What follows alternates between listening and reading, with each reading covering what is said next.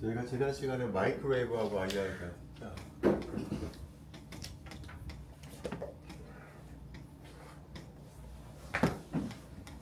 근데 마이크로웨이브하고 IR은 아무 분자나 다 측정할 수가 없어요.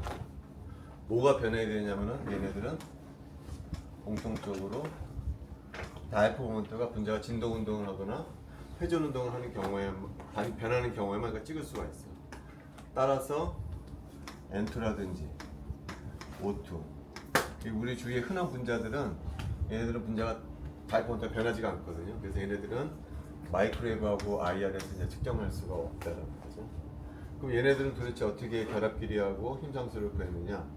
이게 오늘 배울 라만 분광법을 이용해 가지고서 얘네들은 이제 N2하고 O2를 측정을 했다라는 거죠. 오늘의 주제는 이제 라만 분광법에 대해서 배우도록 할게요. 근데 라만도 마찬가지. 라만도 모든 분자가 다 라만에서 측정되는 것은 아니에요. 얘도 일종의 셀렉션들이 있어서 얘도 뭐가 변해야 돼요. 얘는 근데 뭐가 변해야 되냐면은 평균율이 변해야 돼요. 이게 오늘의 중요한 결론 중에 하나예요. 마이크로웨이브하고 IR에서는 뭐가 변해야 되냐면 다이본트가 변해야 되고 라만에서는 평균율이 변해야 된다. 그런 분자만 라만에서 찍힌다. 그래서 오늘의 주제죠. 그럼 먼저 평균율이 뭔가를 한번 회상을 해보면은 어떤 분자가 이렇게 있거든요. 근데 내가 여기다가 전기장을 이렇게 걸어줘요. 전기장을 걸어주게 되면 얘가 전자구름이 뭐 이렇게 찌그러지면서 다이포 모먼트가 생기게 되겠죠. 그 다이포 모먼트를 우리가 인듀스 다이포 모먼트라고 부르고 얘가 외부에서 걸어준 전기장에 의해서 이제 만들어지더라고요. 그럼 이 두 물리량을 연결해주는 어떤 상수가 있을 거예요. 그 상수를 우리가 평균율이라고 부르죠. 근데 이 평균율은 보통 뭐에 따라 달라지냐면은 분자의 크기에 따라 달라지다는 거예요. 분자의 사이즈가 작을 때랑 클 때랑을 비교해 보면은 어느 때 평균율이 크냐면은 분자가 보통 클 때 평균율이 커져요. 왜 그러냐면은 분자가 작을 때는 전자가 원자에게 단단하게 붙잡혀 있기 때문에 잘 찌그러지지 못하기 때문에 이때는 평균율이 작다라는 거죠.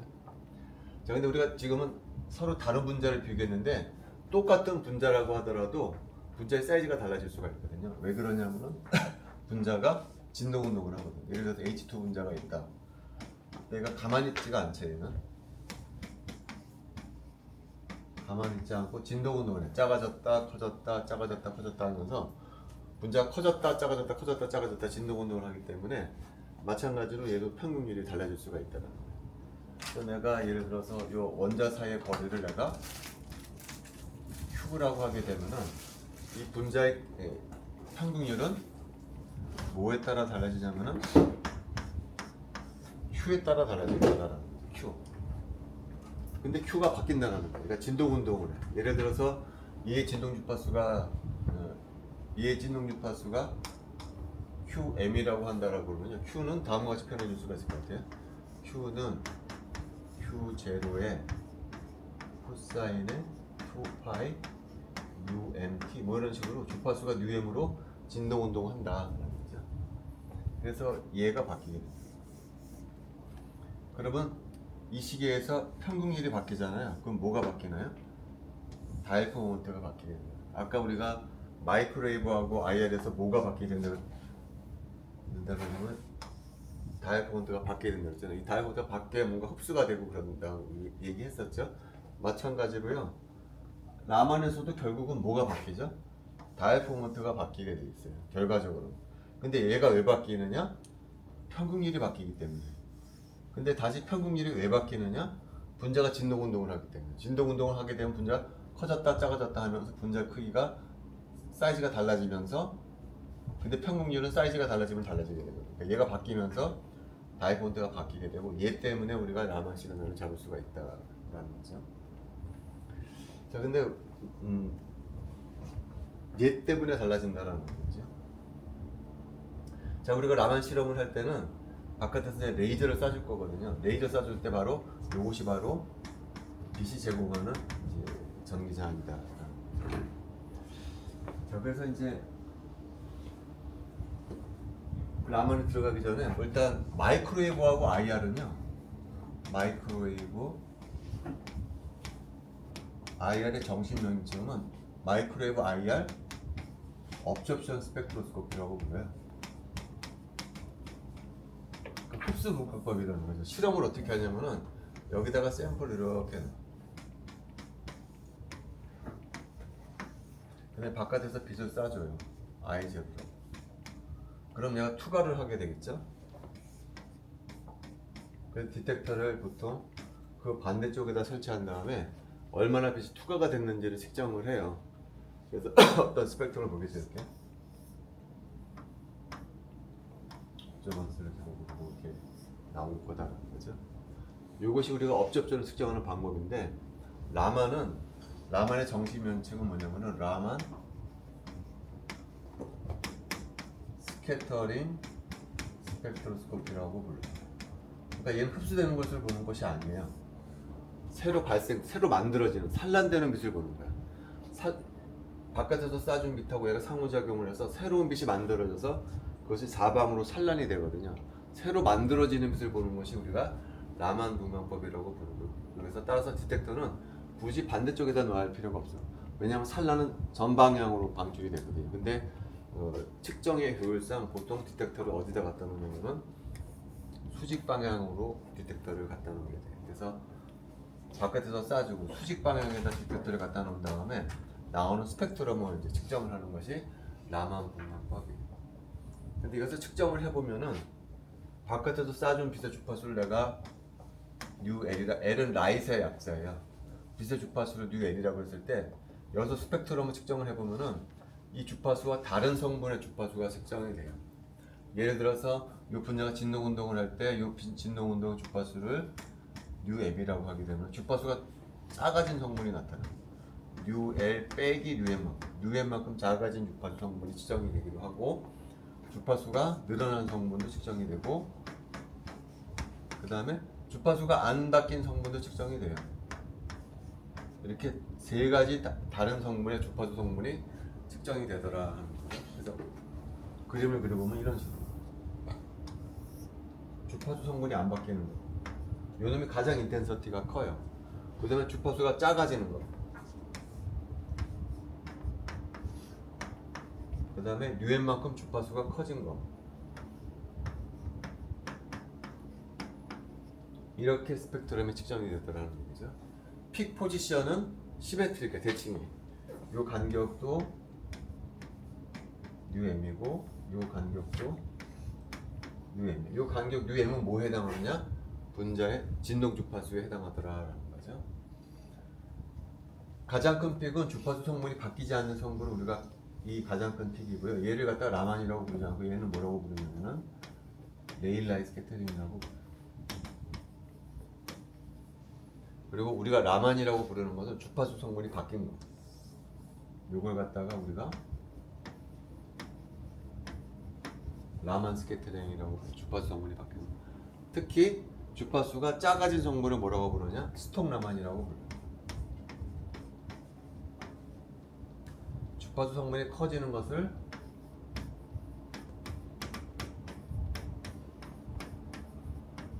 안타스톡 라만이라고 부릅니다. 이것이 실험 결과예요. 자, 그런데 픽 포지션은 대칭이에요. 왼쪽으로 뉴엠만큼, 오른쪽으로 뉴엠만큼 측정이 되는데 픽의 인텐서티는 대칭이 아니에요. 스톡 라만의 인텐서티가 안타스톡 라만 스캐터링 인텐서티보다 살짝 커요. 그러니까 왜 그럴까? 저것이 처음에는 과학자들의 골칫거리였었어요. 왜 스톡 라만이 안타스톡 라만보다 크냐? 왜 얘가 커서는 안 되냐면요, 그 당시 산란 현상에 대해서는 잘 알고 있었거든요. 산란 현상은 예를 들면은 하늘빛이 왜 파라냐도 우리가 산란으로 설명을 해요. 하늘빛은 어떻게 해석을 하냐면은 태양으로부터 오는 가시광선 빛이 하늘의 공기입자랑 부딪혀서 산란이 돼서 우리 눈에 들어온다. 근데 산란 효율은 그 당시 알려져 있던 전자기학 지식에 의하면 주파수의 4승에 비례하는 것으로 알려져 있어요. 주파수가 클수록 산란이 더 잘 된다는 거죠. 따라서 빨간색보다는 파란색이 더 산란이 잘 되기 때문에 우리 눈에 하늘이 파란색으로 보인다. 그런 식으로 설명했다는 거예요. 산란율이 주파수의 4승에 비례하거든요. 그런데 오히려 주파수가 작은 스톡라만이 주파수가 큰 안타스톡라만보다 인텐서티가 더 컸었다는 거죠. 이것이 과학자들을 좀 곤란하게 만들었었다. 근데 저거를 양자역학 이론을 사용하잖아요. 그럼 깔끔하게 설명이 돼요. 라만 현상 자체도 잘 설명이 되고 왜 스톡라만의 인텐서티가 안타스톡라만 스캐터링보다 더 큰가를 양자역학 이론을 하면 깔끔히 설명해요. 그래서 양자역학 이론을 이용해서 라만 현상 한번 설명하면 돼요. 분자가 진동 운동을 하고 있거든. 주파수가 μm으로. 우리가 양자역학에 의하면 뭐라고 설명하냐면은 분자는 양자화된 진동 에너지 준위를 갖고 있다 그런 얘기를 했죠. 이렇게 갖고 있어요. V 제로.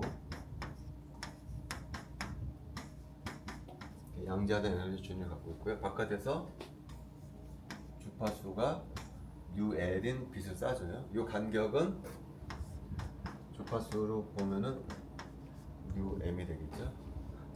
자, 먼저 스톡라만 스캐터링부터 설명을 해요. 어떻게 스톡라만 스캐터링이 나오느냐? 처음에 분자는 V 제로 레벨에 있어요. 처음에 V 제로 레벨에 있던 분자에다가 주파수가 UL인 빛을 쏴줘요. 그러면 그 포톤 에너지가 뭐 대충 이렇게 되겠죠. 이 포톤을 쏴줬을 때 이 포톤하고 분자가 서로 상호작용하는 과정에서 중요한 현상이 나타나는데 어떤 현상이 나타나냐면 포톤이 두 개의 포톤으로 쪼개져요. 그래서 이 포톤으로 짜개져. 두 개 포톤으로 나눠져.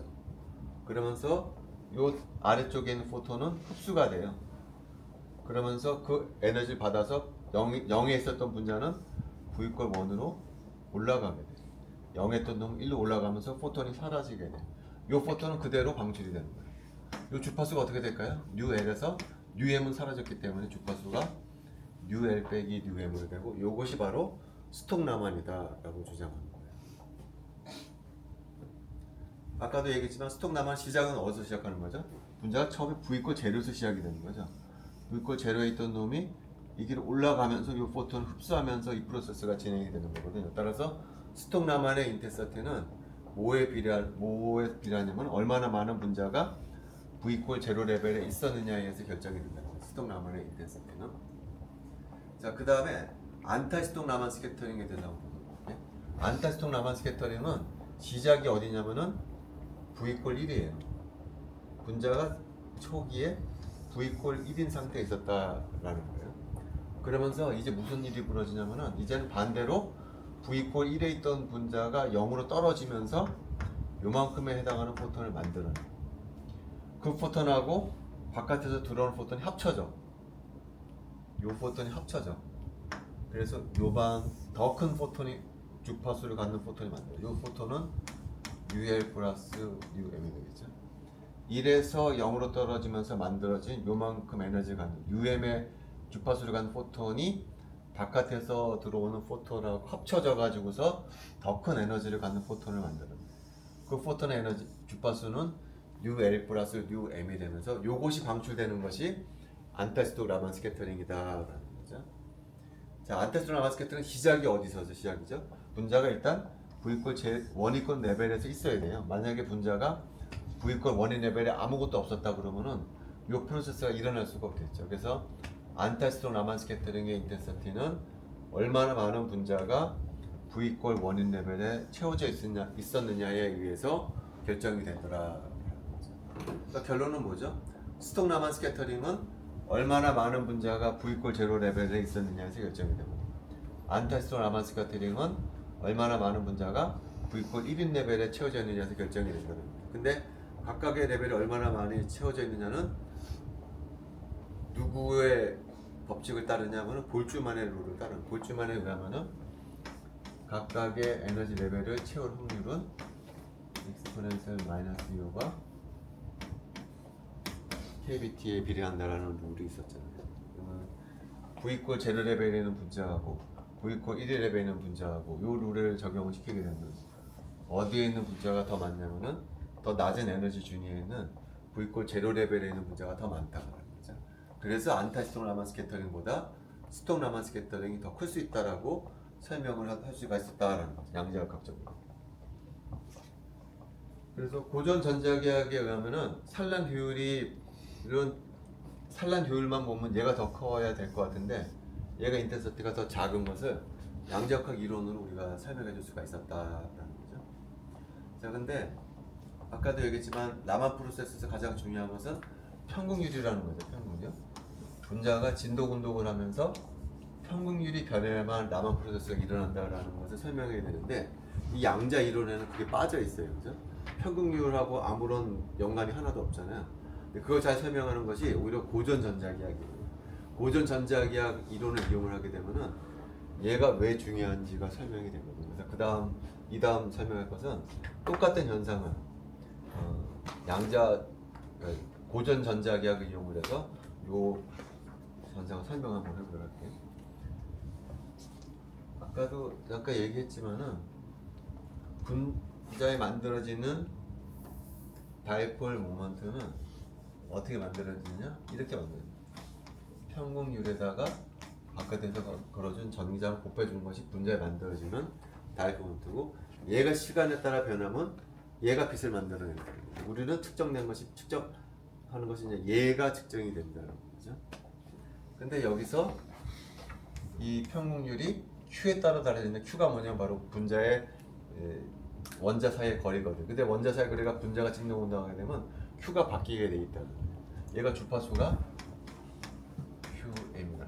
그 다음에 이 빛은 바깥에서 쏴준 빛의 일렉트릭 필드거든요.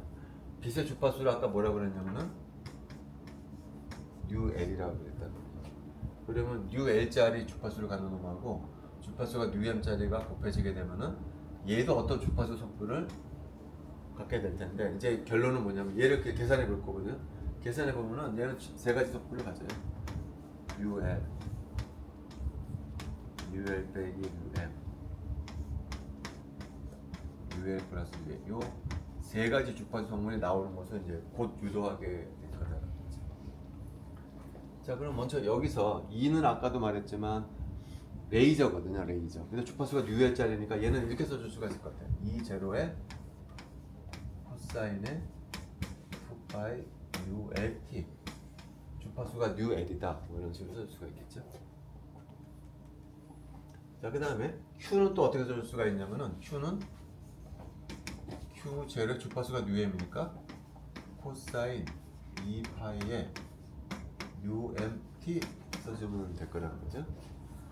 근데 얘를 구하기 위해서 이제 하나가 남았어요. 뭐가 필요하냐면은 알파가 어떤 함수냐, 알파가 Q의 함수라고 그러는데 알파가 Q에 대해서 어떤 함수냐에 관한 정보가 있어야만 얘를 이제 계산할 수가 있다는 거죠. 그래서 알파가 Q의 어떤 함수냐 를 우리가 정해야 되는데, 요게 필요하다는 거죠. 이게 Q라고 그러고 이게 알파라고 그러고, 알파가 Q에 따라서 어떻게 달라지는가를 정해야 되는데, Q가 굉장히 작을 때는, 크지 않을 때는 근사적으로 알파를 그냥 직선식으로 근사시켜 줄 수가 있다. 이걸 내가 직선이라고 가정을 하려고 해요. 직선이라고 하면 두 가지만 있으면 되죠.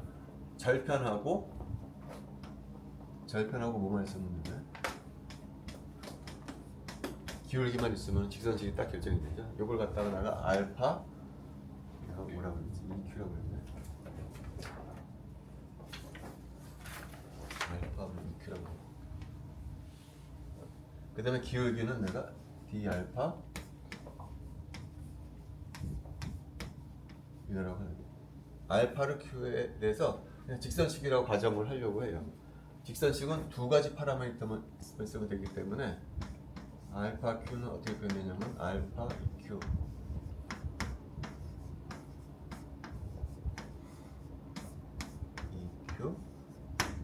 Q 이렇게 근사적으로 Q의 이건 절편, 이건 기울기, Q의 1승에 비례하는 직선이다라고 가정을 하려고 한다라는 거죠.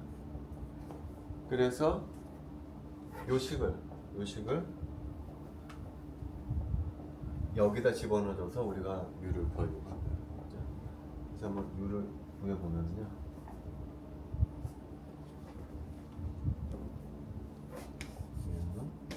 알파가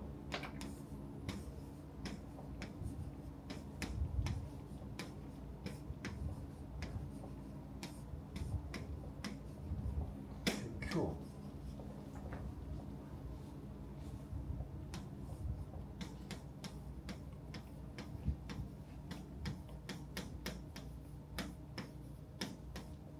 이거다라는 거죠. 근데 Q가 다시 뭐라고요?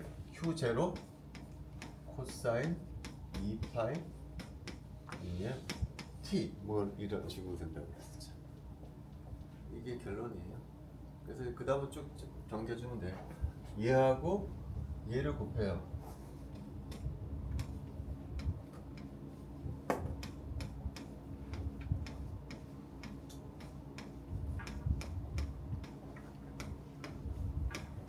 첫 번째요. 그 다음에 두 번째요.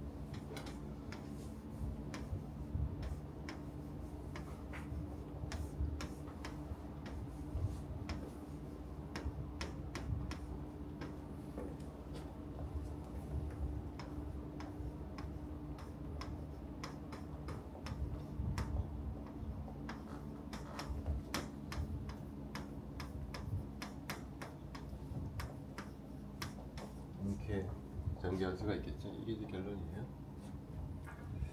자, 그 다음에 마지막으로 요거 코사인 두 개 곱한 거잖아요. 근데 수학책에 찾아보면은요, 코사인 A 곱하기 코사인 B는 여기 앞에 2분의 1을 제외하고 코사인 A 플러스 B 플러스 코사인 AB 이렇게 되거든요. 2분의 1 상수를 빼면은, 그러니까 이 값을 뭐라고 써줄 수가 있냐면은, 이 값은 코사인 2파이 UL 플러스 UMT 플러스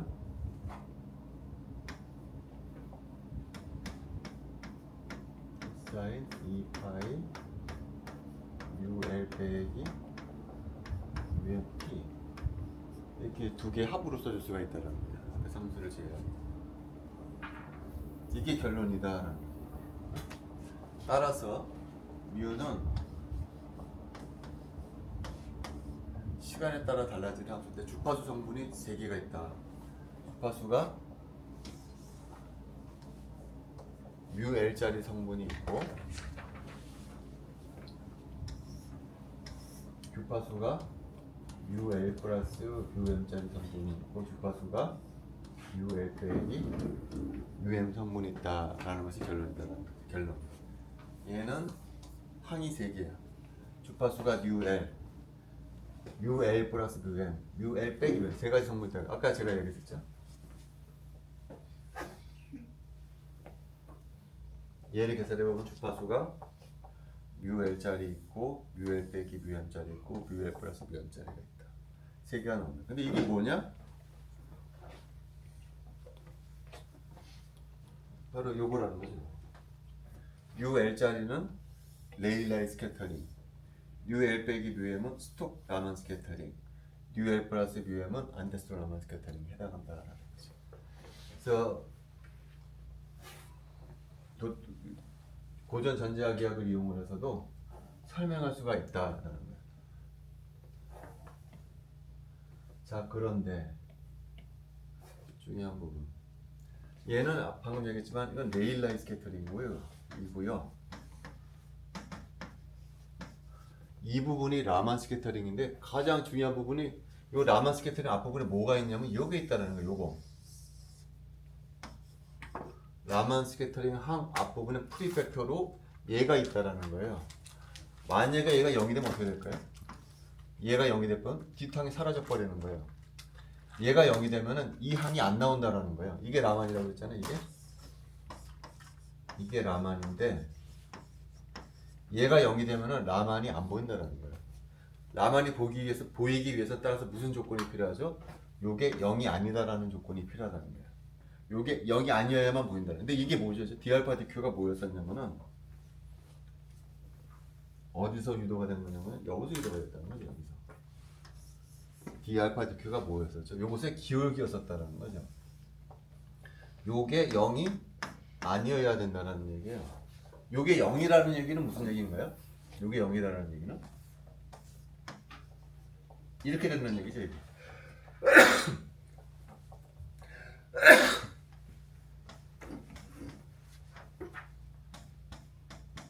이렇게 되면은 라만이 안 보인다는 얘기죠. 이렇게 되면은 라만이 안 보여. 이렇게 되어야만 라만이 보인다는 거야. 이렇게 된다는 얘기는 무슨 얘기냐? 휴가 바뀌면서, 휴가 바뀐다는 얘기는 분자가 늘어나거나 줄어들면서 폴라리저빌리티가 바뀌지 않으면은 라만에서 안 보인다라는 얘기죠. 그죠? 이렇게 되어야만 된다는 얘기는 무슨 얘기죠? 분자가 휴가 바뀌면서, 분자가 진동 운동을 하면서 평균율이 바뀌어야만 라만이 보인다라는 얘기예요. 이게 중요하다는 거죠. 라만의 셀렉션은 수학적으로는 요 미분값이 0이 아니어야 한다라는 얘기고, 그것을 말로 풀자라면 이런 거죠. 분자가 Q가 바뀌면서 진동 운동을 하면서 평균율 알파가 바뀌어야 된다. 이것이 라만의 셀렉션이라는 거죠. 그래서 정리하자면은 마이크로웨이브하고 IR에서는 분자가 수식으로 써주면 어떻게 될까요? 이것이 마이크로웨이브하고 IR의 셀렉션이래요. 분자가 진동 운동을 하면서 혹은 회전 운동을 하면서 다이포먼트가 바뀌어야만 마이크로웨이브하고 IR에서 보인다라는 거예요.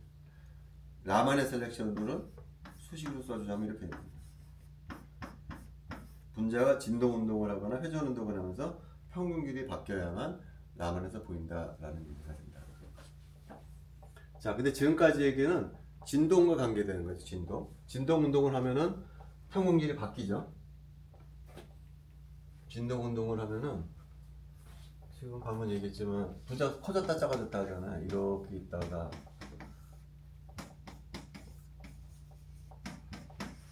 작아졌다 커졌다 작아졌다 커졌다 하면서 평균율이 바뀌잖아요. 그래서 라만에서 보인다라는 얘기예요. 근데 분자가 회전하면 어떨까요? 회전하면 예를 들어서 이게 H 이런 거 회전을 해요.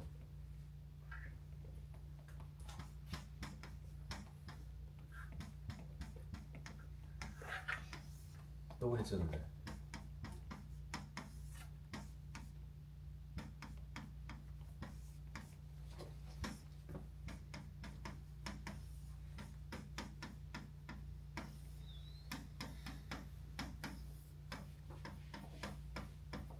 이렇게 한 바퀴 쭉 돌아서 여기까지 회전을 했다고 봅시다. 이때도 평균율이 바뀔까요?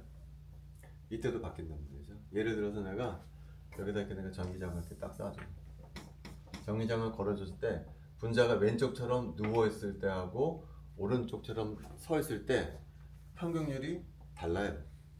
오른쪽처럼 서있을 때 평균율이 훨씬 커요. 다시 말하면 분자가 오른쪽처럼 서있을 때 전자구름이 더 잘 찌그러져. 왜 그러냐면 오른쪽은 전기장을 걸어준 방향하고 본드 엑시스가 평행한 방향이에요. 전자는 어느 방향으로 잘 움직이냐면은 본드 엑시스 방향으로는 잘 움직여. 저기 고속도로거든요. 이게. 본드 엑시스 방향, 고속도로가 난 방향이랑 전기장이 걸린 방향이랑 같을 때는 전자구름이 잘 움직일 수가 있어서 전자구름 잘 찌그러지지만 왼쪽처럼 이게 서로 수직이 되면은 이때 전자가 잘 움직이기가 좀 힘들어요. 그래서 이때는 전자구름이 잘 찌그러지지가 않아. 평균율이 작다라는 거야. 그래서 내가 평균율을 그려보면요.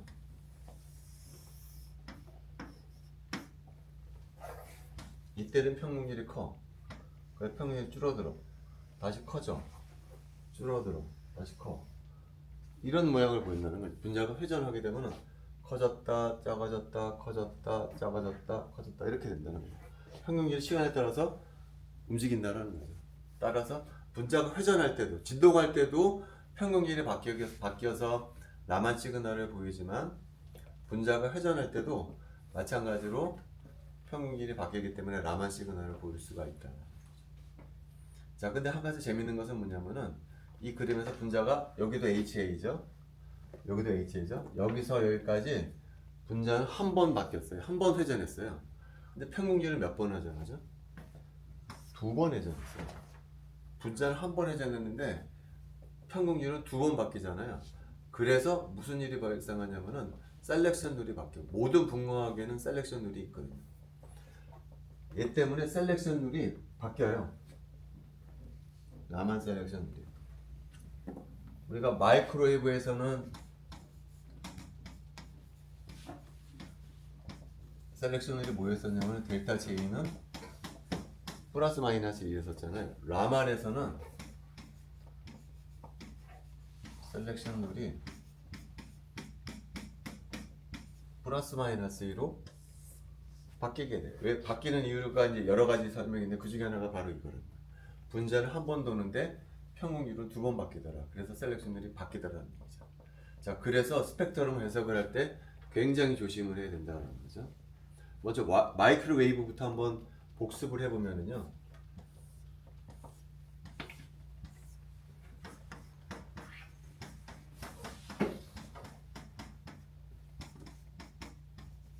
여기서 첫 번째 픽, 두 번째 픽, 세 번째 픽 이렇게 되잖아요.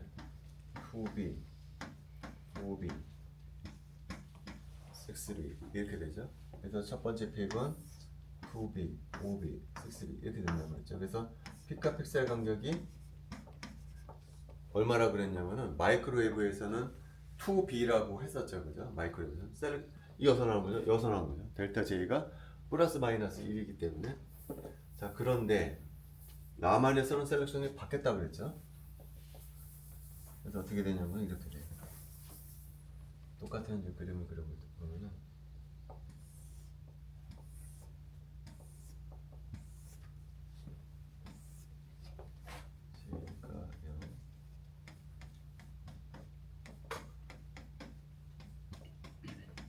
자, 라만 스펙트럼을 찍어보면은 여기서 시작해서 자기 자리로 떨어지는 것이 가장 커요. 레일라이 스케이트링은 델타 J가 안 바뀌는 그 픽이 가장 커요.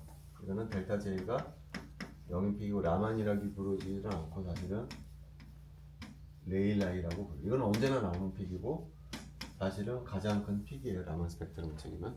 근데 첫 번째 픽은 스톡 라만 스케이터링 경우 여기서 1로 가는 것이 아니고 어디로 간다고요? 플러스 2로 가는 여기서 여기로 가는 픽이 첫 번째 픽이에요. 간격이 얼마가 되죠? 2B, 5B 그러니까 레일라이 스케이터링으로부터 얼마큼 떨어지냐면은 6B만큼 떨어진 것이 첫 번째 스톡 라만 스케이터링이에요.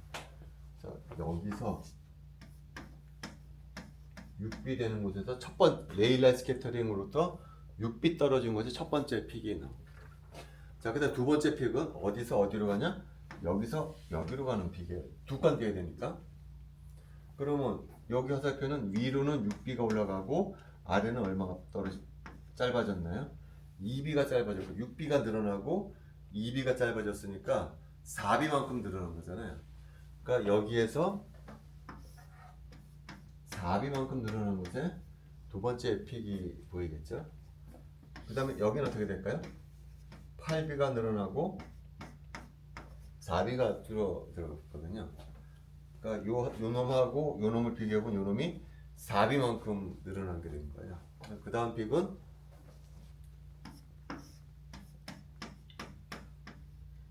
4B에서 보인다는 거죠.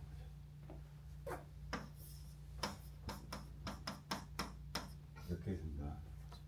그래서 이것이 라만 스펙트럼의 픽이에요. 레일라이 픽이 하나가 나오고 크게 안 바뀌는 거.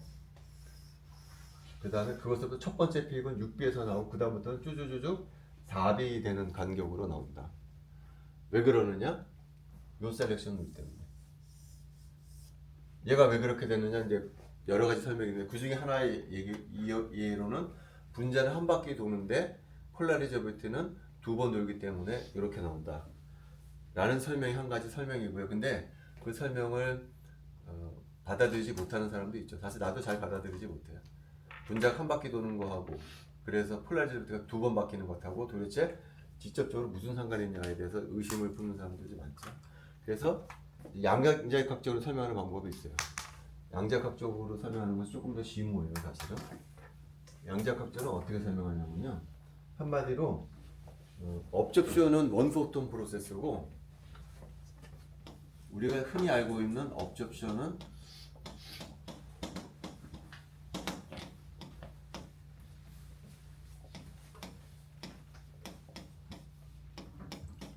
원포톤 프로세스고요. 라마는 투포톤 프로세스다. 따라서 셀렉션 룰이 바뀐다. 그런 거예요. 예를 들면은 여기 1s 오비탈이 있거든요. 여기 2s 오비탈이 있고 2p 오비탈이 있거든요. 예를 들어서 간격이 에너지 간격 예를 들어서 1000이었었다라고 해봅시다. 그럼 내가 1000에 해당하는 빛을 쏴주잖아요. 그럼 무슨 일이 벌어지냐면은 1s 오비탈에 있던 전자가 1000의 에너지를 받으면 어디로 올라가냐면은 2p로 올라간다고 그랬었죠. 2p로 올라가지 2s로는 못 올라간다 그런 얘기 했었죠.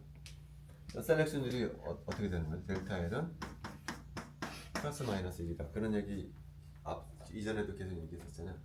자, 업접션은 포톤 하나가 관여되는 프로세스고 그때 셀렉션 룰은 플러스 마이너스 1이다라는 얘기예요. 자, 그런데 재미나는 것은 뭐냐면은 이 간격이 1000일 때 1000을 쏴줘서 흡수가 되는 것은 당연한데 1000이 아니고 500짜리 포톤을 쏴줘도 흡수가 돼요. 이 간격에 딱 500박 정확히 절반 499도 아니고 501도 아니에요. 정확히 500을 딱 쏴주잖아요. 근데 그 포톤도 흡수가 돼요. 반대는 거. 어떻게 흡수가 되냐? 두 개의 포톤이 동시에 흡수가 될 때가 있어요. 두 개의 포톤이 합쳐져 가지고서 동시 흡수가 될 수가 있어요. 그걸 뭐라고 부르냐? 투포톤 업접션이라고 부릅니다. 이런 현상이 나타나요.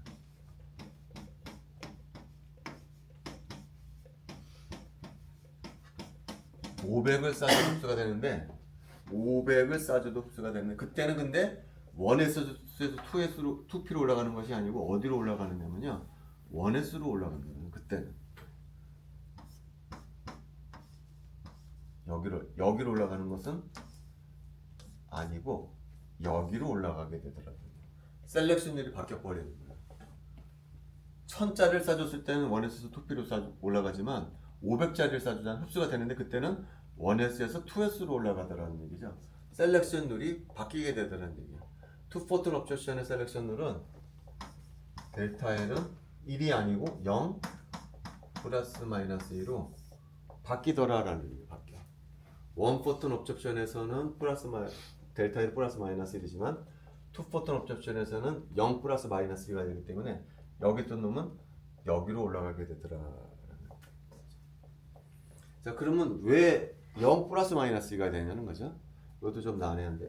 그리고 투포톤 업접션이 두 개 포톤이 동시에 흡수가 되니까 투포톤 프로세스인데 라만도 사실은 투포톤 프로세스예요. 왜 그러냐면은 라만도 두 개 포톤이 관여되는 거잖아. 들어가는 놈이 있고 나가는 놈이 있거든요. 라만도. 그래서 얘도 투포톤 프로세스야. 얘는 두 개가 흡수되는 것이고 차이는 얘는 하나는 흡수가 되고 하나는 나오는 거지만 어차피 두 개의 포톤이 관여되는 프로세스이기 때문에 얘도 투포톤 프로세스이고 그래서 셀렉션들이 얘가 바뀌는 거예요. 근데 투포톤 프로세스에서는 왜 이 셀렉션은 0 플러스 마이너스 2가 되냐는 거죠. 이것도 좀 심오해. 자, 우리가 지금 뭘 쏴주냐면은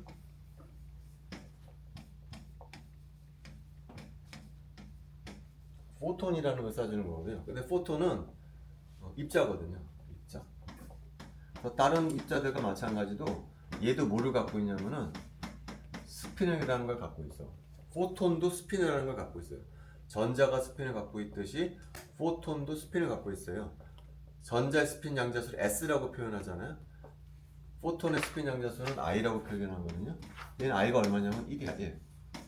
전자 스핀 양자수는 2분의 1이라고 그러잖아요. 전자의 스핀 양자수가 2분의 1인데 근데 S라는 양자수가 있으면 그것을 따라 나오는 MS 양자수가 있죠.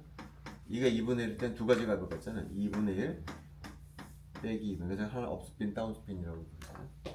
포톤의 스핀 양자수는 1이야. 1. 그 I라는 양자수가 있으면 그것을 따라 나오는 MI라는 양자수가 있고 이건 P 오비탈과 마찬가지로 I가 1이면 MI는 1, 0, 마이너스 세 가지가 가능합니다. 그러니까 포톤은 I가 1이고 따라서 원칙적으로 MI는 1, 0, 마이너스를 가질 수 있는데 이 포톤은 굉장히 특이한 입자 중에 하나예요. 얘는 정지 질량이 0이야. 질량이 없어. 근데 양지역학에 의하면은요 정지 질량이 0인 입자는 이 상태가 없대요. MI가 0인 상태가 존재할 수가 없대. 그래서 포톤은 I가 1인 입자임에도 불구하고 오직 두 개의 상태만 갖고 있다. MI가 1인 상태하고 MI가 마이너스 1인 두 개의 상태만 갖고 있더라라는 얘기. 이것이 양자역학의 결과예요. 자, 그럼 얘하고 라만하고 그럼 어떻게 연관관계가 있느냐? 먼저 레일라 스캐터링부터 한번 보도록 할게요. 레일라 스캐터링. 레일라 스캐터링은 그냥 올라간 놈이 그대로 떨어지는 놈이 레일라 스캐터링이잖아요. 예를 들어서 얘가 mi가 일자리가 들어갔다가요, mi가 다시 또 일자리가 나오는 거예요. 들어가 또 나오는 둘 다 똑같이 일자리예요. 그럼 포톤의 가군 능량은 하나도 바뀐 게 없죠. 일자리가 들어갔다가 일자리가 나왔기 때문에 포톤의 가군 능량은 변화가 없어요. 따라서 분자의 가군 능량도 변화가 없어야 된다는 얘기죠. 그것이 바로 레일라의 스캐터링이라는 거예요. 가군 능량 보존 법칙의 입장이거든요. 자, 그 다음에 요 경우는 어떻게 될까요?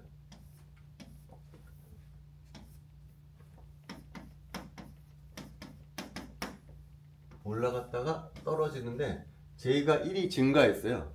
이거 레일라 스캐터, 스톡 라만 스캐터링이죠. 1이 증가했으면은 얘는 1이 감소해야 되거든요.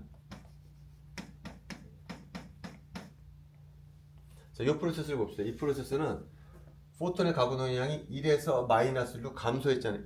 2가 감소했죠.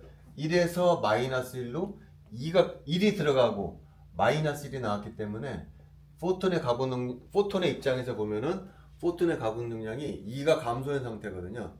그럼 가군 능량 보존 법칙에 의하면 분자가 어떻게 될까요? 2가 증가해야 된다는 얘기죠. 포톤이 감소했으면은 분자는 2가 증가해야 된다는 얘기예요. 이게 바로 그 프로세스라는 거예요. 이게 1이 아니지. 이렇게 되는. 얘가 2가 감소했기 때문에 얘는 2가 증가해야 전체적으로 가군 능량이 보존이 된다. 그것이 바로 스톡 라만 스캐터링이다라고 보는 거예요. 그럼 안타스톡도 너무나 당연해지겠죠. 필요가 없었구나.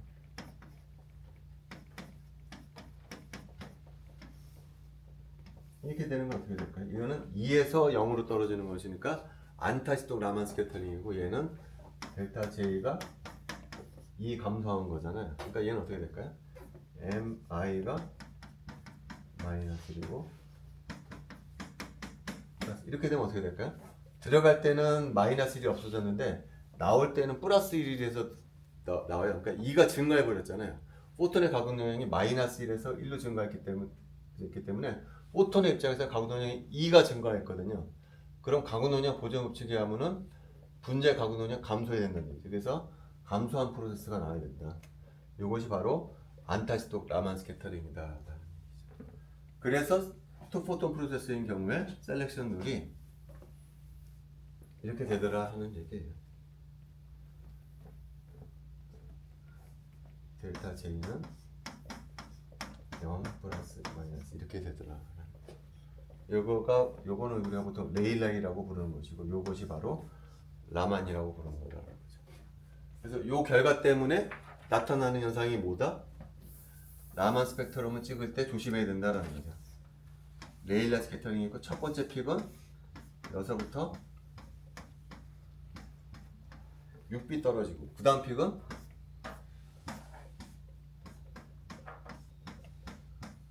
4B 간격이다. 2B가 아니고 4B 간격이다라는 것이 라만의 이제 주장이다라는 거죠. 그래서 꼭 그거는 여러분들이 조심해야 될 것 같아요.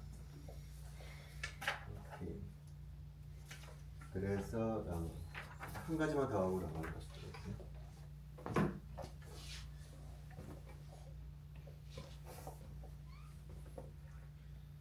자, 그래서 실제 예를 한번 들어볼 텐데요. 자, 분자의 진동 에너지 준위가 이렇다고 봅시다.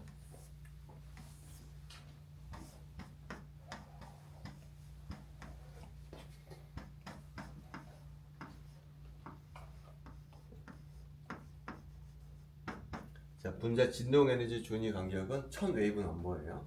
그 다음에 이제 라만을 찍기 위해서 내가 레이저를 쏴줬어요. 레이저의 주파수는 10,000 웨이브 넘버였다고 합시다. 그랬을 때 스펙트럼이 어떻게 나오는지 한번 추정을 한번 해보도록 할게요. 스펙트럼을 찍으면 어떻게 나올까요? 먼저 10,000 웨이브 넘버짜리 레이저를 쏴줬다. 그러면은 가장 큰 픽은 어디서 나온다고요? 주파수가 안 변하는 놈이 가장 큰 픽이라고. 그걸 레일라이 스캐터링이라고 그러죠. 그래서 어디서 가장 큰 픽이 나오냐면은 만에서 가장 큰 픽이 나와요. 레일라이 스캐터링. 그 다음은 어디서 어떻게 되는 거죠? 0에서 1로 가는, 0에서 1로 가면서 여기서 에너지를 뺏어오겠죠? 그러면 얘는 어디서 픽이 나올까요? 9천에서 픽이 나오겠죠? 이거 무슨 픽인가요? 스톡 라만 스캐터링 픽이 나오겠죠? 스톡 라만 스캐터링 어떻게 나오냐면은 분자가 0에서 1로 올라가면서 그 에너지를 어디서 뺏어오죠? 여기서 뺏어와. 그래서 만에서 1000이 뺏긴 9000 웨이브 넘버 픽이 튀어나오는 것이 우리가 스톡 라만 스캐터링이라고 부르겠죠. 자, 그다음 안텍스 라만 스캐터링 어떻게 되는 거죠?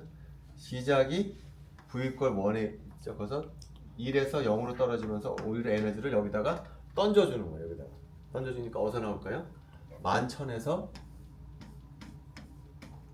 픽이 나올 거다라는 거죠. 이거는 안텍스 라만 스캐터링이고 픽의 인텐서티가 얘보다는 살짝 작은 데서 나온다 그런 얘기죠. 자, 그런데 문제가 복잡해지는 것이 여기에 바이브레이셔널 레벨만 있는 것이 아니고 뭐가 있죠? 여기 위에 로테이셔널 레벨이 있단 말이죠. 여기다가 여기 로테이셔널 레벨이 이렇게 있어요. 그렇죠? 자, 그러니까 여기서 제자리로 떨어지는 것은 여기지만 여기서 여기로 올라갈 수가 있잖아요. 여기서 바이브레이셔널 컨트롤 넘버는 바뀌지 않으면서 로테이셔널 컨트롤 넘버 이 증가하는 픽이 딱 나올 거라는 거죠. 그죠? 그 픽 어디서 나올까요? 여기서 나오나? 여기서 6픽 줄어들어서 나오겠죠. 그죠?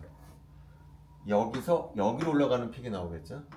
여기서 여기로 가는 픽은 만 웨이브 넘버에서 나오겠지만 여기서 J가 이만큼 증가된 퍼스트 스톡 라만 픽이 나올 거라는 거예요. 그거는 주파수가 6B만큼 줄어든 쪽에서 첫 번째 픽이 나올 거라는 거죠.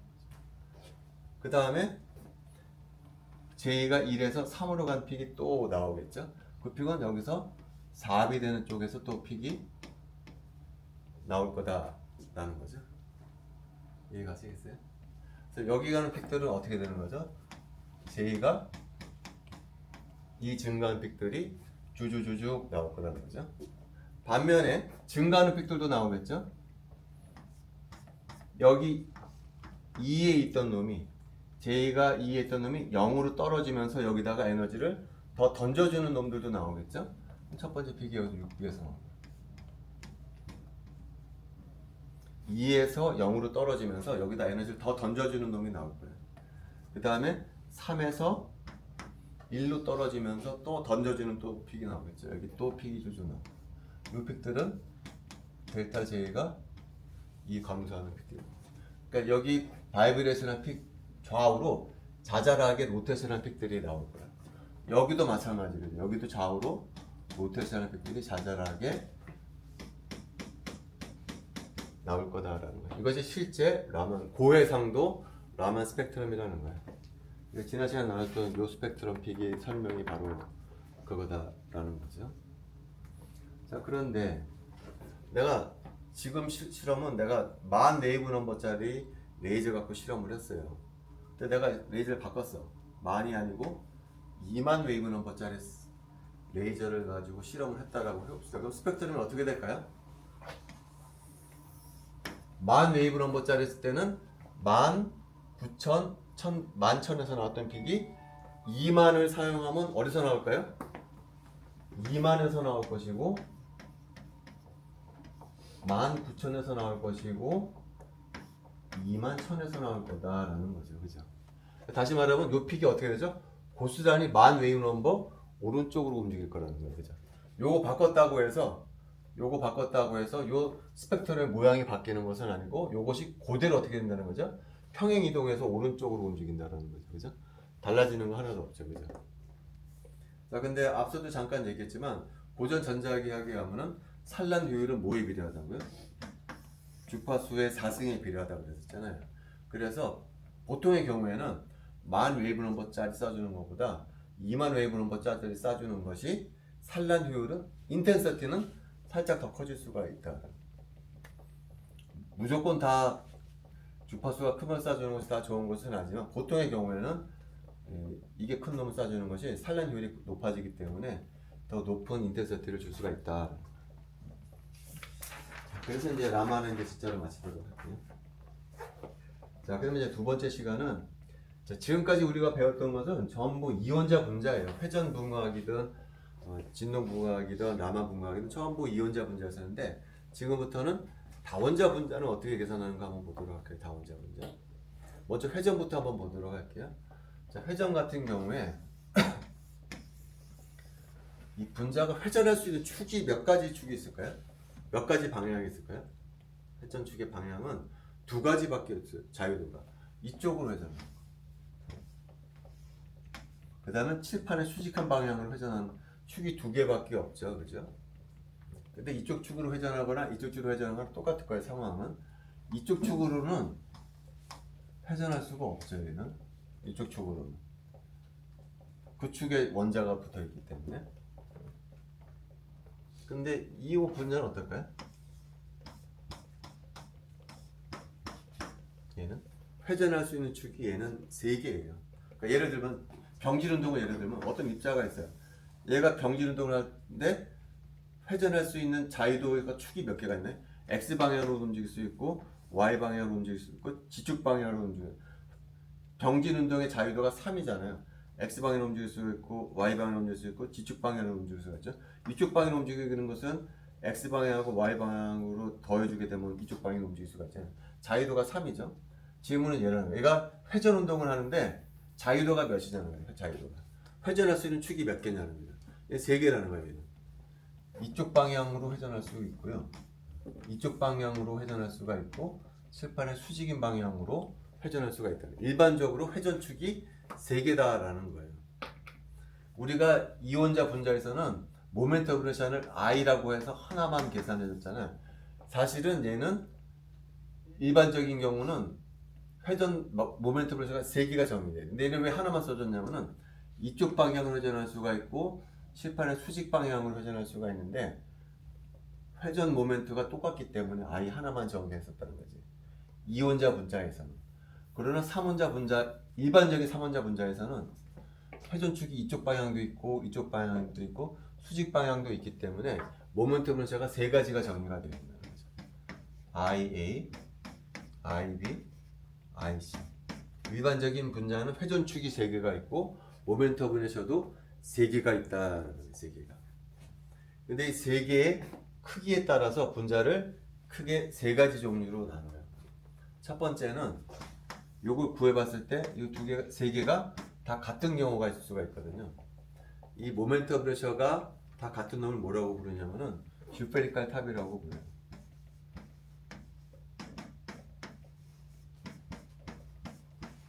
대표적인 분자가 뭐냐면은 CH4SF6 테트라헤드랄 분자, 옥타헤드랄 분자. 이것들이 이 모멘트 오브 이너시아 값을 구해보자는 어느 방향으로 하든지 다 똑같은 값을 주어. 자, 그다음 세 번째. 요거가 정반대인 경우가 뭐가 될까요? 다 다른 경우가 있을 수가 있겠죠. 대표적인 예가 뭐냐면 바로 앞에서 얘기했던 물 분자가 3개의 모멘트 오브 이너시아. 이쪽 방향의 모멘트 오브 이너시아, 이쪽 방향의 모멘트 오브 이너시아, 수직 방향의 모멘트 오브 이너시아가 다 다른 값을 갖는 케이스예요, 물이. 이걸 뭐라고 부르냐면 에이시메트릭 탑이라고 부르요.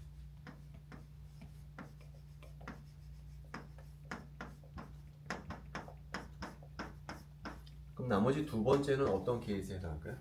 3개가 다 같은 경우, 3개가 다 다른 경우, 2개가 같은 경우가 있겠죠. 2개 같은 경우는 뭐라고 부르냐면은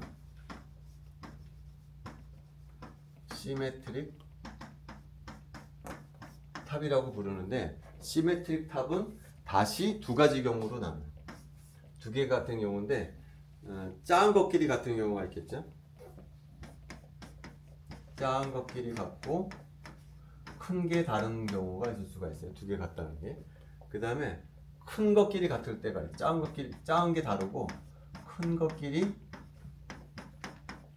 모멘트 오브 이너시아가 같은 경우가 있을 수가 있어요. 특히 작은 것끼리 같은 놈을 우리가 뭐라고 부르냐면은 오블레이트라고 불러요.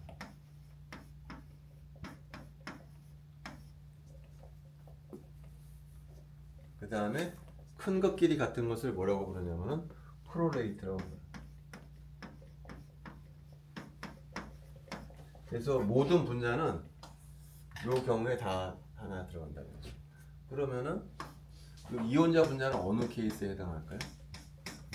이온자 분자는 요 방향의 모멘트 오브 이너시아나 요 방향의 모멘트 오브 이너시아가 다를 수가 없겠죠. 같을 거라는. 두 개가 같은 케이스예요, 그죠? 그러니까 어느 케이스에 해당하냐면은 시메트릭 탑에 해당해요. 이 방향의 모멘트 오브 이너시아나 이 방향의 모멘트 오브 이너시아가 같을 수밖에 없기 때문에 이 방향의 모멘트 오브 이너시아는 제로가 될 수밖에 없겠죠. 왜 그러냐면 축상의 원자가 있기 때문에 모멘트 오브 이너시아가 얘는 제로예요. 그러니까 큰 것끼리 같은 케이스가 되겠죠. 요 방향의 모멘트 오브 이너시아하고 요 방향의 모멘트 오브 이너시아는 같은 값을 갖고 요 방향의 모멘트 오브 이너시아는 0인 케이스가 되니까 어느 케이스에 해당하냐면은 요 케이스에 해당해요. IA가 0인 케이스에 해당해요. 그러니까 얘는 프로레이트의 특별한 케이스라고 볼 수가 있다는 거죠. 그래서 오늘은 요놈 프로레이트 경우를 한번 구체적으로 한번 계산을 해보려고 해요. 오블레이트의 특별한 케이스가 바로 BF3예요. BF3의 경우에 얘를 한번 구해보려고 해요.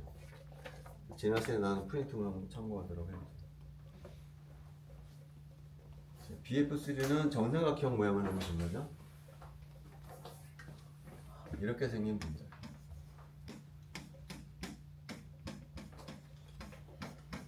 요 길이가 RBF라고 해봅시다. 축을 어떻게 잡았냐면은 내가 요 축을 A축으로 잡고 요 축을 B축으로 잡고 7, 8의 수직한 축을 내가 C축으로 잡았어요. 이제 각각의 축에 대해서 모멘트 오브 이너시아를 한번 계산을 해보도록 하는데 먼저 가장 쉬운 게 C축입니다.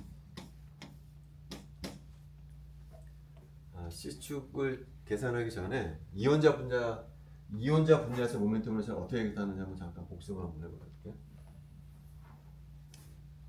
이온자 분자가 이렇게 있거든요.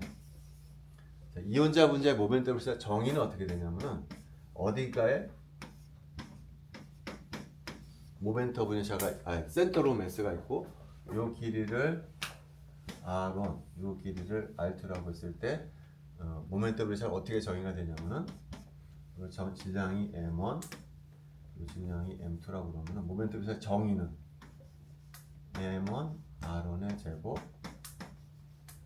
M2 R2의 제곱이 모멘트 오브 이너시아의 정의예요. 근데 이게 무게중심이라는 조건을 사용하게 되면 얘가 어떻게 바뀌냐면은 뮤의 R의 제곱으로 바뀐다라는 거죠.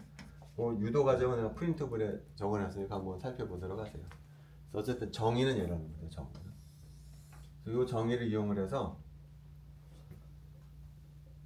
얘도 한번 구해보도록 할게요. 분자가 지금 7, 8 수직인 축으로 돌고 있고 얘도 돌고 있고 얘도 돌고 있고 얘도 돌고 있어요. 얘가 돌게 되는데 회전 반경은 얼마가 되냐면은 RBF가 되기 때문에 요놈에 의한 컨트리뷰션은 어떻게 될 거냐면은 MF의 회전 반경은 RBF가 되겠죠.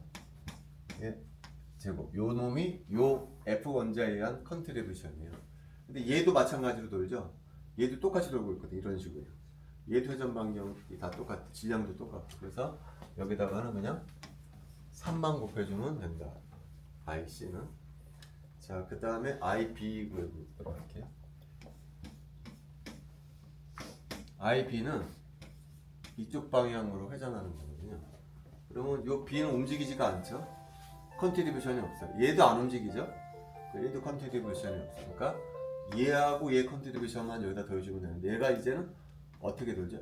이렇게 도니까 요것이 회전 방향이 되는 거죠. 요것이. 이렇게 돌게 되기 때문에 요것이 회전 반경이 되고 요 회전 반경은 RBF의 사인 60도가 됩니다. 따라서 요놈에 의한 컨트리뷰션은 MF 회전 반경은 RBF의 사인 60도 예? 제곱 요놈이 바로 요 F에 의한 컨트리뷰션 투 모멘텀 이너시아 이렇게 근데 얘도 마찬가지죠. 얘도 회전 반경 요 놈이거든요. 같은 값을 가질 것이기 때문에 여기다가 2만 딱 곱해주면 됩니다. 자, 쟤를 정리해 주잖아요. 얼마가 되느냐?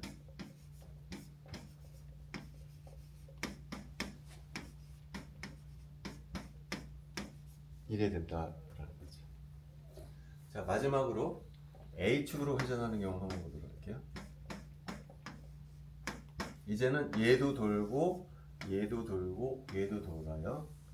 자, 먼저 얘에 의한 컨트리뷰션을 보면 얘가 이렇게 돌게 되기 때문에 회전 반경은 그냥 바로 RBF가 되겠죠. 그래서 요 위쪽에는 F에 의한 컨트리뷰션은 MF RBF의 제곱 이렇게 되거든요. 요 놈은. 근데 이제 얘가 이렇게 도니까 요 놈의 회전 반경은 요게 되겠죠. 이렇게 돌게 되기 때문에 요 F에 의한 회전 방향은 요게 회전 방향. 요 길이는 RBF 사인 30도거든요. 그래서 요 놈에 의한 컨트리뷰션은 MF의 RBF의 사인 30도의 제곱 이렇게 요 놈에 의한 컨트리뷰션. 근데 얘도 똑같은 놈이죠. 얘놈도 요게 회전 반경이기 때문에 똑같은 컨트리뷰션을 줄 거예요. 여기다가 2 이렇게 높여주면 됩니다. 그래서 얘도 더해주게 되잖아요. 그럼 얼마가 나오냐면 얘도 마찬가지로 2분의 3의 MF의 RBF의 제곱 이렇게 나온다. 그래서 세 가지를 다 구했어. C축 방향의 모멘트 오브 이너샤, B축, A축. 봤더니 어떻게 되나요? 봤더니 B축하고 A축이 같은 값을 갖더라라는 거죠. 따라서 시메트릭 탑이에요. 근데 작은 것끼리 같은 거. 큰 놈은 3이고요. 작은 놈 두 개는 2분의 3이거든요. 작은 놈끼리 같은 놈. 작은 놈끼리 같고 큰 놈이 혼자 있는 놈이기 때문에 얘는 시메트릭 탑 중에 오블레이트에 해당한다 라는 식으로 우리가 정의할 수 있다라는 거죠. 오케이. 자, 회전은 이 정도로 하고요. 자, 그 다음에 진동 모델에 대해서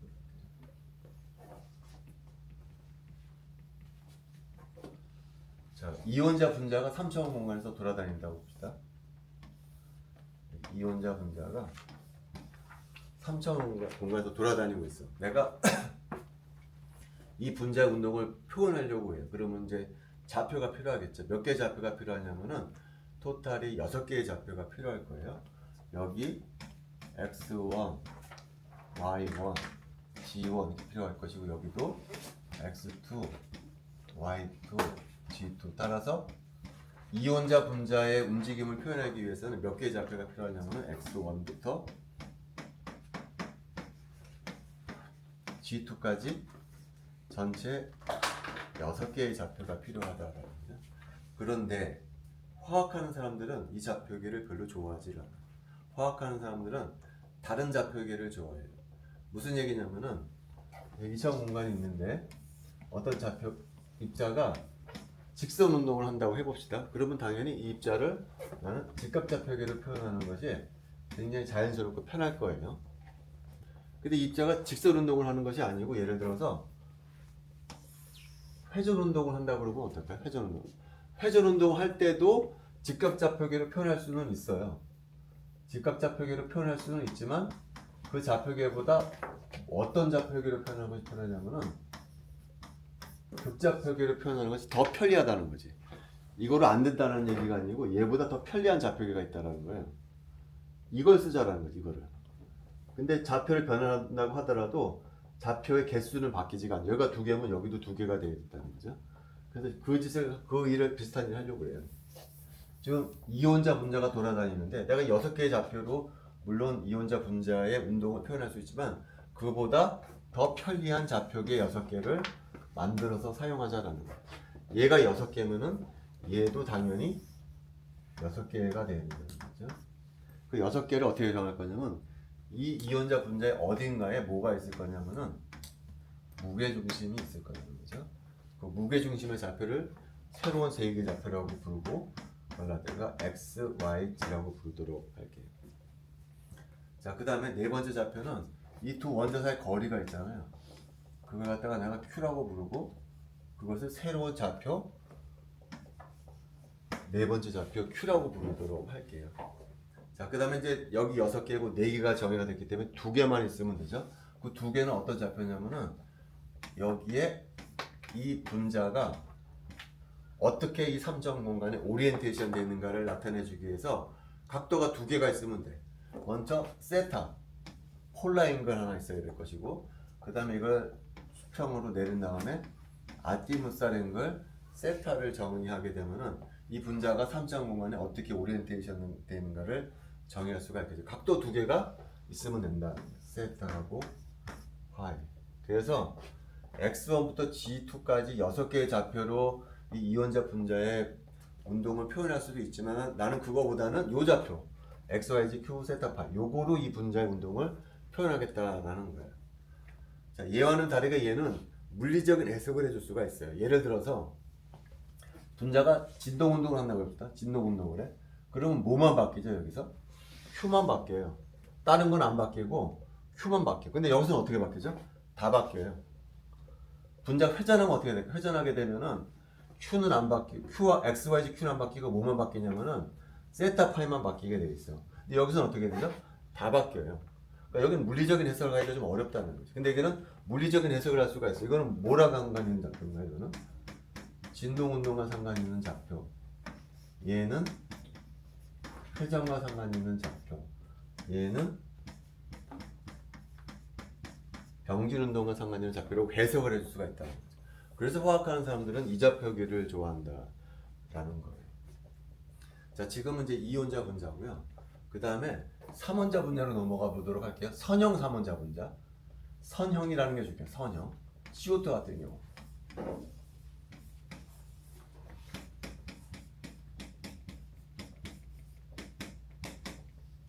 자, 선형 3원자 분자의 경우에는 여기 좌표 3개, 여기 좌표 3개, 여기 좌표 3개니까 토탈이 몇 개의 좌표가 필요하냐면은 이제 6개가 아니고 9개의 좌표가 필요하겠죠. 이것도 이제 9개의 좌표가 필요할 거예요.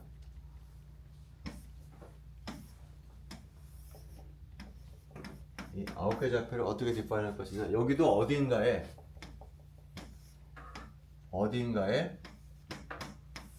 무게중심의 좌표가 있겠죠. 무게중심. 그걸 그대로 내가 x, y, z라고 표현할 거예요. 자, 그 다음에 이게 3개로 늘어났지만 여전히 선형 분자거든요. 여전히 선형 분자. 그러면 이 선형 분자가 3차원 공간에 어떻게 오리엔테이션 되는가를 나타내주기 위해서는 몇 개의 각도만 있으면 되냐면 여전히 2개의 각도만 있으면 되죠. 3개의 원자로 구성이 되어 있던 2개의 원자로 구성이 되어 있던 선형 분자이기 때문에 몇 개의 각도만 있으면 되냐면은 2개의 각도만 있으면 된다라는 거죠. 그럼 지금 9개 중에 5개가 결정이 되어 있죠. 3개는 병진 운동과 관계되는 거, 2개는 회전 운동과 관계되는 거, 나머지 4개는 뭐랑 관계되는 건가요? 진동과 관계있는 그 진동과 관계있는 거 내가 그냥 Q1, Q2, Q3, Q4라고 부르고 이걸 뭐랑 상관 있는 좌표냐면은 진동과 상관 있는 좌표라고 해줄 수가 있다는 거죠. 바로 이 케이스가 어떤 케이스냐면 CO2에 해당하는 케이스잖아요. 우리가 근데 CO2에서 잠깐 배운 적이 있어요. CO2는 우리가 몇 가지 종류의 진동 모드가 있다고 그랬냐면은 3가지 종류의 진동 모드 있다고 했던 거 기억나죠? CO2는 어떤 진동 모드가 있냐면은 양쪽이 똑같이 늘어났다 똑같이 줄어드는 진동 모드가 있다고 그랬죠. 그걸 바로 Q1으로 표현할 거라는 Q1. 시메트릭 스트레칭 모드. 두 번째 진동 모드는 뭐가 있다고 그랬냐면은 요쪽은 줄어드는데 반대쪽은 늘어나는 에이시메트릭 스트레칭 모드가 있다고 했잖아요. 그걸 내가 Q2로 표현하겠다라는 거예요. 그 다음에 세 번째 진동 모드는 가운데 카본 올라가는데 양쪽에 있는 옥시전은 내려가는 진동 모드를 밴딩 모드라고 부른다고 그랬잖아요. 그거를 Q3라 하겠다라는 거야. Q4는 뭐냐는 거죠. Q4는 요 세 번째 밴딩 모드는 이 원자들이 칠판 평면에서 움직이는 밴딩 모드고, 네 번째 밴딩 모드는 이 옥시전은 칠판 바깥으로 튀어나와. 근데 카본 칠판 안쪽으로 움직여. 다시 말하면 네 번째 밴딩 모드는 원자들이 칠판의 수직 방향으로 움직이는 밴딩 모드를 네 번째 밴딩 모드로. 그러니까 세 번째 밴딩 모드랑 네 번째 밴딩 모드는 근본적으로 똑같은 밴딩 모드예요. 근데 원자들이 움직이는 방향만 다를 뿐이에요. 또 혹시 학생들 중에는 그거 똑같은 건데 왜 그 두 개로 카운트하냐 그렇게 물어볼 수가 있지만 피오비탈도 마찬가지거든요. 피오비탈도 사실은 세 개의 피오비탈이 모양이 다 같잖아요. 방향만 다를 뿐이죠. 그렇다고 해서 피오비탈을 똑같기 때문에 하나라고 취급하지 않아요. 세 개로 취급하는 거나 마찬가지예요. 밴딩 모드도 똑같은 밴딩이지만 움직이는 그 방향이 다르잖아요. 그러면 다른 밴딩으로 취급해요. 그래서 밴딩은 두 가지가 있는 거예요. 그래서 그게 세 번째, 네 번째로 취급한다. 자, 지금은 그래서 CO2는 네 개의 진동 모드가 있다라는 거죠. 그래서 좀 일반화 시키려고 그래요. 일반화. 뭐냐면은 세 개의 원자로 구성된 선형 분자가 아니고 n 개의 원자로 구성된 선형 분자인 경우에 몇 개의 진동 모드가 있겠냐가 질문이야. 자, 그러면 n 개의 원자로 구성이 되어 있기 때문에 x1부터 gn까지 좌표가 몇 개가 필요하냐면은 3 n 개의 좌표가 필요하게 되겠죠. 그것을 변환하려고 그래요. 3n개로 변환하려고 그래요.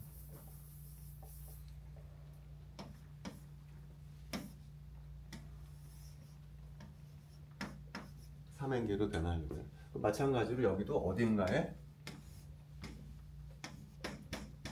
무게중심이 있을 것이고 그 무게중심 좌표 x, y, g라고 할 거예요. 그 다음에 이게 두 개로 되어 있던, 세 개로 되어 있던, n 개로 되어 있던 선형 분자이기 때문에 선형 분자가 3점 공간에 어떻게 오리엔테이션 되어 있는가를 디파인하기 위해서는 몇 개의 각도만 있으면 되냐면 무조건 두 개만 있으면 되겠죠. 세타, 파이 이거 두 개만 있을 때까지. 그럼 나머지가 뭐가 있냐? 나머지가 바로 진동 모드와 관계되는 거예요. 근데 진동 모드가 몇 개가 있을 거냐가 질문. 3n개의 좌표가 있는데 5개 이미 디파인이 됐어요. 병진운동 3개, 회전운동 2개, 5개가 디파인 됐기 때문에 진동 모드는 몇 개가 있을까요? 3n-5개가 있다는 거죠. 그러니까 선형 분자인 경우에는 몇 개의 진동 모드가 있냐? 3n-5개의 진동 모드가 있다라는 얘기가 된다. 그죠? 자, 여기서 중요한 것은 단수 조건이 중요한 거예요. 단수 조건이. 선형 분자인 경우에 3n-5개의 진동 모드가 있다라는 것이 중요합니다. 자, 그럼 선형 분자가 아닌 경우 어떻게 되겠냐? 선형 분자가 아닌 경우. 자, 대표적인 케이스 물 분자 한번 예를 들어 볼게요. 물 분자. 자, 그럼 여기 다시 얘가 다시 G3로 돌아가겠죠, 여기지?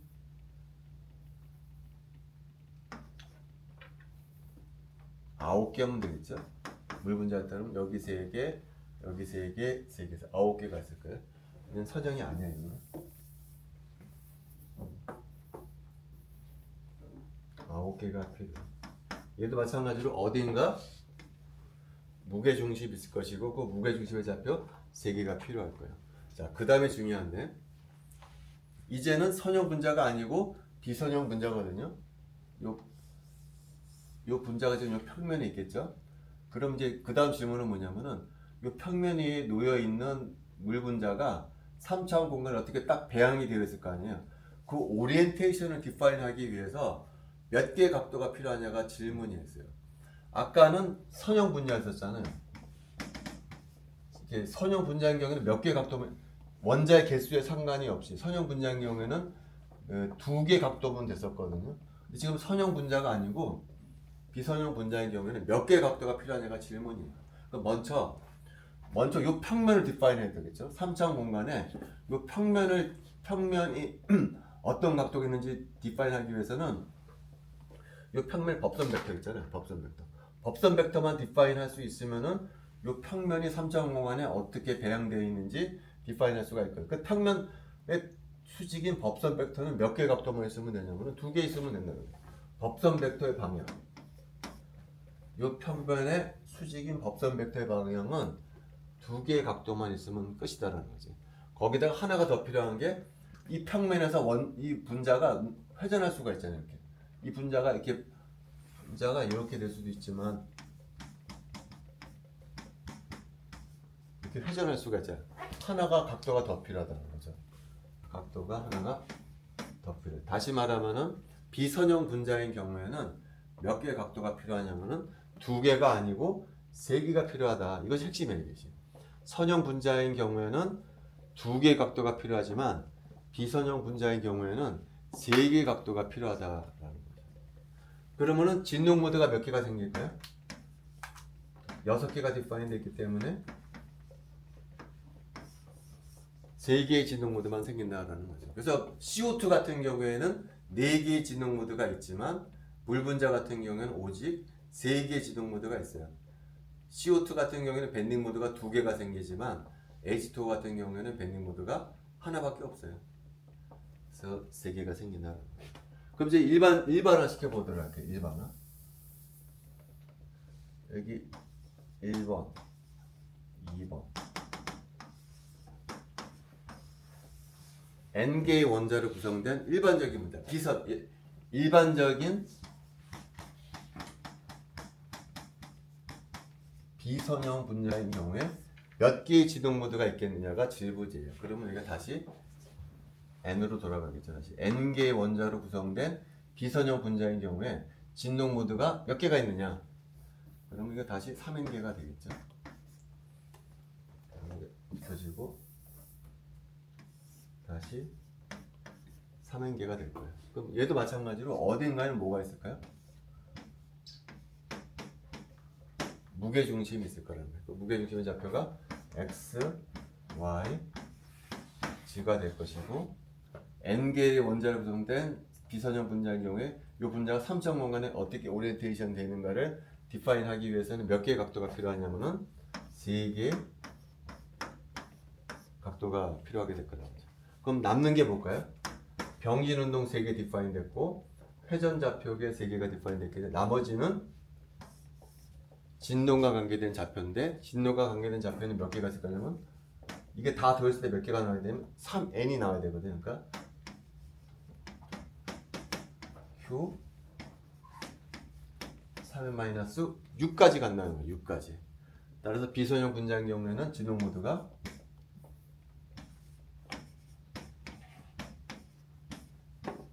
3n 6개가 생긴다라는 얘기예요. 결론. 자, 그래서 한번 연습을 한번 해보도록 할게요. 어떤 연습이냐면은 자, 벤젠 분자가 있어요. 벤젠 분자.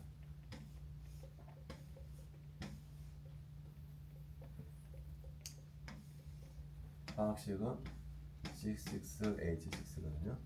얘는 진동 모드가 몇 개가 있을까? 지금.